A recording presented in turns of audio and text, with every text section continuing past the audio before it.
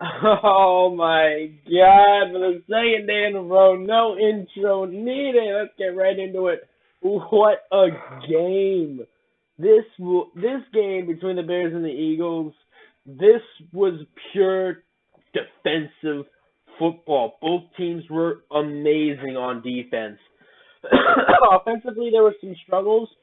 However, defensively, this is as defensive as you can get while putting in some offense.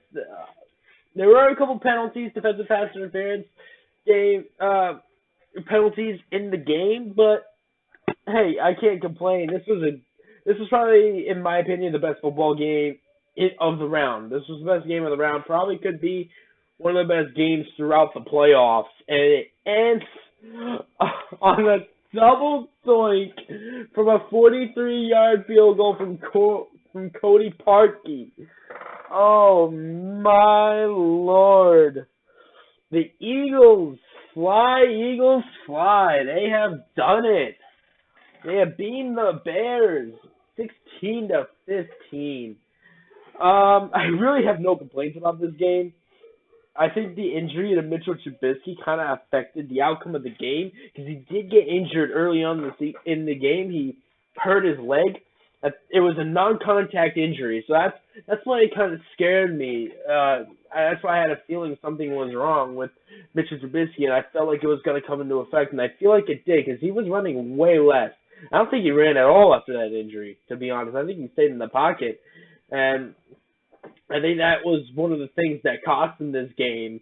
But I really thought Tariq Cohen had put him in good position off of that kick return. The midget thought he had done it for the team, but Cody Parkey missed 10 field goals in the regular season,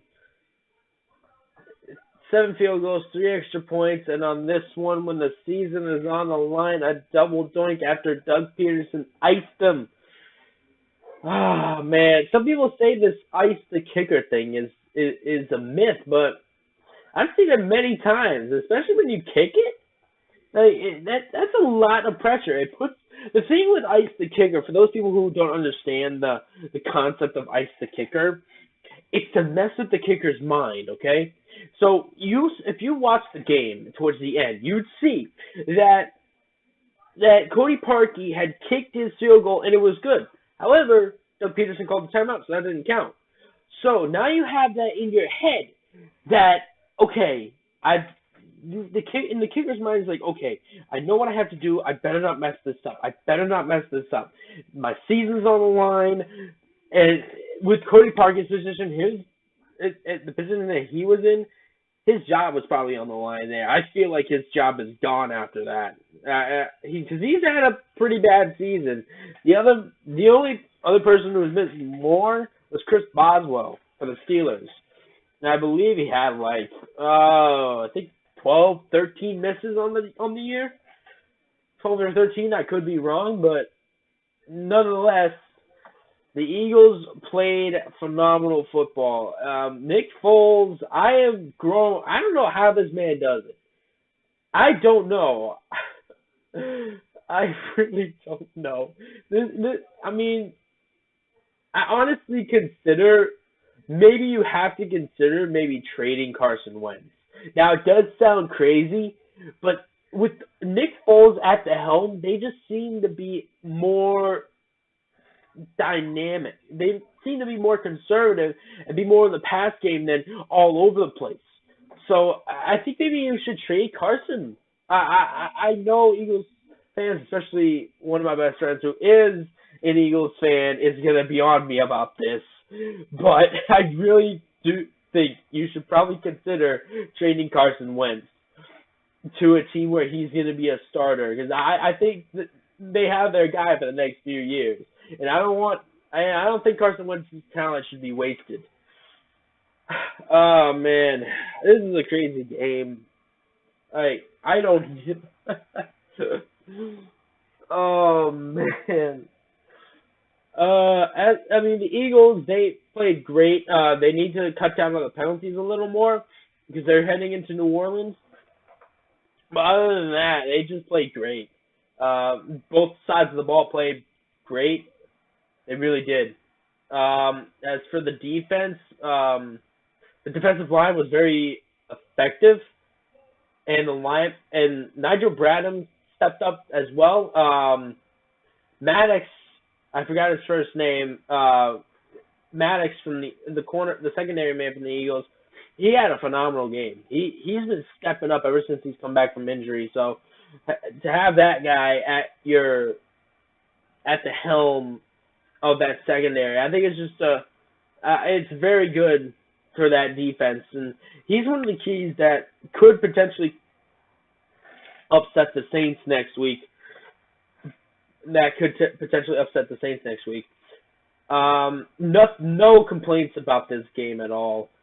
As for the Bears, tough loss. I mean, Mitchell Trubisky got injured. He played on kind of one leg, stayed in the pocket, and that was pretty much his season there. I thought that once he got injured, this could come back to haunt them and probably cost them their season, and lo and behold, it did.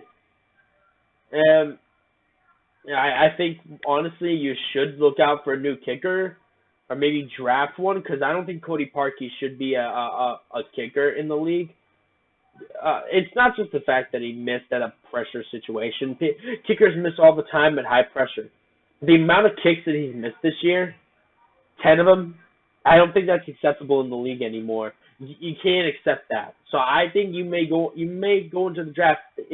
You should think about getting a kicker in the late rounds, maybe the 6th or 7th round.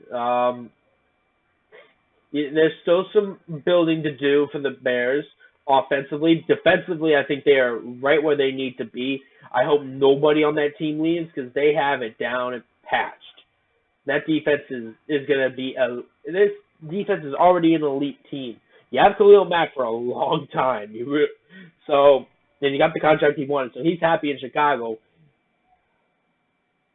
Offensively, I think you need better weapons at the wide receiver position. I'm not saying, like, don't get rid of Allen Robinson, don't get rid of Taylor Gabriel. Maybe if you decide to deal,